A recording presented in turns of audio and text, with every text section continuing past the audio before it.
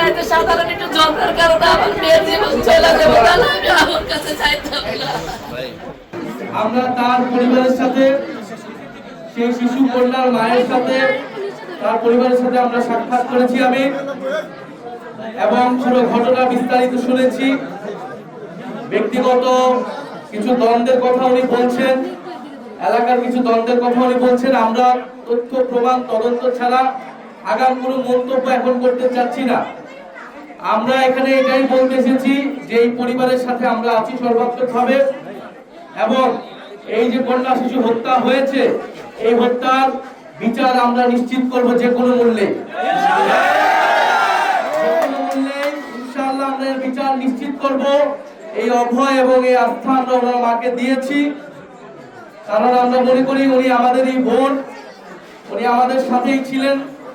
এবং এই যে তার মেয়েকে এভাবে হত্যা করা হলো, এই হত্যাটা ছিল সম্পূর্ণরূপে পরিকল্পিত। ব্যক্তিগত যেই দ্বন্দ্ব থাকুক বা যেই কারণেই হোক না কেন, এই হত্যাকাণ্ড কোনোভাবেই গ্রহণযোগ্য নয় এবং এটা একটা গর্হিত অপরাধ।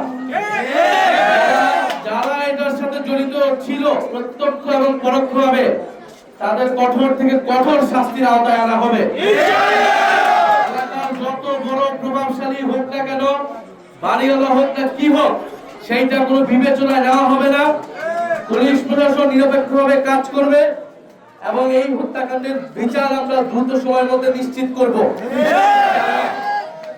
আমরা থানার ওসির সাথে যেই দিন ঘটনাটি ঘটেছে 24 ফেব্রুয়ারি, সেদিনই আমরা ওনার সাথে আমি ফোনে কথা বলেছি, থানার ওসির সাথে কথা বলেছি। মামলা নেওয়া হয়েছে, পোস্টমর্টেম রিপোর্ট আসলে আপনাদের পুরো ঘটনাটা বোঝা যাবে কিভাবে হত্যাকাণ্ড হয়েছে, কিভাবে মারা গিয়েছে মেয়েটি। এবং ওনারা যাদেরকে সন্দেহ করছেন সেই সন্দেহভাজন তাদেরকেও প্রশাসন, আইন শৃঙ্খলা বাহিনী তারা খতিয়ে দেখছে। আমরা আশা করি দ্রুত সময়ে, অলরেডি একজন আসামি গ্রেফতার হয়েছে, সন্দেহভাজন একজন।